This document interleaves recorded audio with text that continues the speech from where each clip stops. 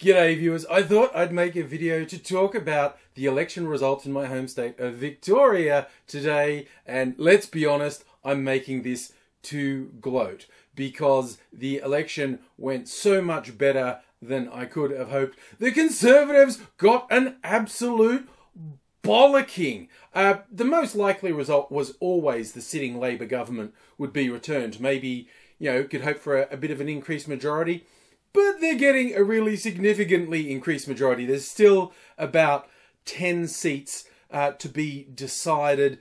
But it's basically the government's majority went from this much to this much. They'll probably have a majority of 20 to 30 to even more above the opposition. The opposition has just been humiliated. I mean, it was beautiful on the night. The result was so decisive that it was obvious at about 7 p.m. Counting didn't start till 6 p.m. and the swings were so big and the polling predicted such a big win for Labor that certainly by 7:30 the famous Anthony Green was calling it for Labor. Now, I did a live stream on Saturday night. I didn't start till 8 because in a normal election, it's not that likely that you get even a strong indication before 8, and it's very unlikely for a result to be called by 9. I thought the result mightn't be called by 10 when I'd usually finish, but the result got called half an hour before I started. Still, it was fun to have a couple of drinks and gloat, and this election is only the start of my schadenfreude. The most immediate thing I'm enjoying is the Liberal Party eating themselves, which is kind of predictable. Politics is pretty brutal, it's pretty mean, and it's pretty egotistical. And when shit goes wrong, people look for someone to blame. And there's a couple obvious ones, and at the top of the list is the head of the state Liberal Party, Matthew Guy. Turns out no one likes him. I thought it was just me. Yeah, you've got this idiot running a law and order campaign when he had a fundraising dinner with the alleged head of the mafia in this state. When I say alleged, I mean alleged by the state and federal police and intelligence services. So it's not a fringe theory. And he claimed afterwards to not have known who it was. Like, you don't come across as very competent if you have a fundraising dinner and don't check the person out. And in fact, some party operatives made it clear they knew exactly who he was. And there was also one more particularly humorous,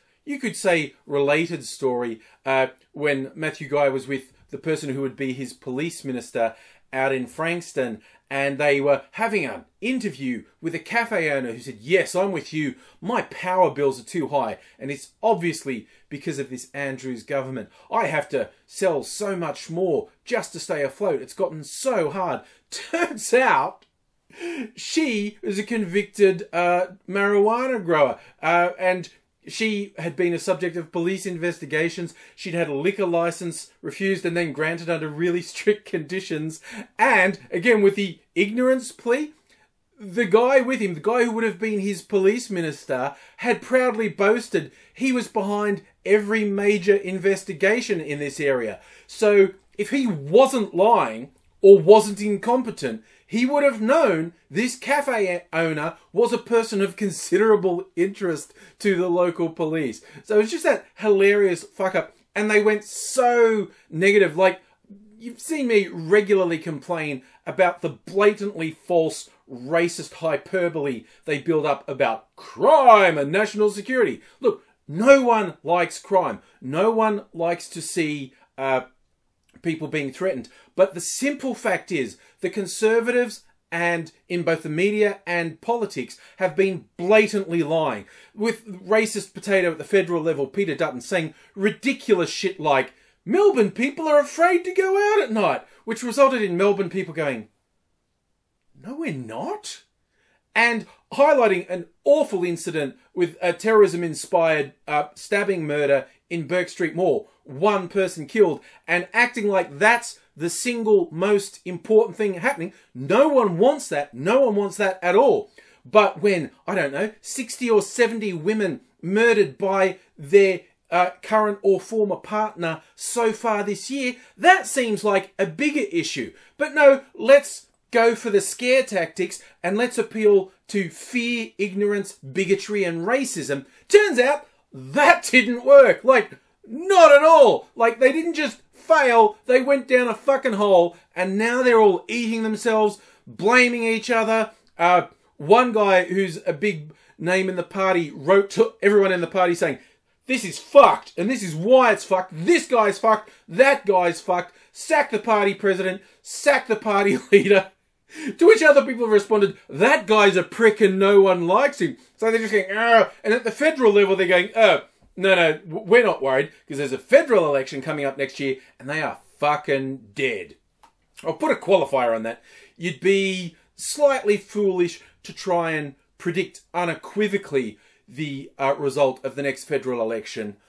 But if you're a gambling person, you would be predicting a similar fucking massacre. I won't go as far as some people predicting the government will lose 40 or more seats. Look, okay, I just said you'd be unwise to do a prediction, but I'll do one, and we'll see how right or wrong I am. And honestly, I don't have an enormous amount of confidence in this, but I'll go out on a limb and I'll say the federal coalition will lose at least 20 seats in the next election. Some people have gone for 30 or 40 or more. I'm going to say they'll lose 20. That is a pretty big call to make. They're already a minority government. If Labor picks up 10 seats, that will be a convincing win. 20 seats will be an embarrassing win.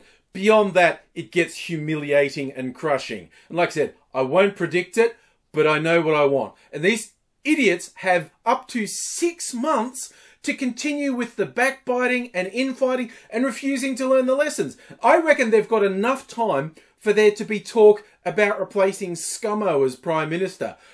I don't think they'll do it. They'd be insane for whispers to even make it to the public because Liberal Party supporters have made it clear they're absolutely disgusted with this shuffling of Prime Ministers. And there's been massive swings against them in Liberal seats purely for that reason.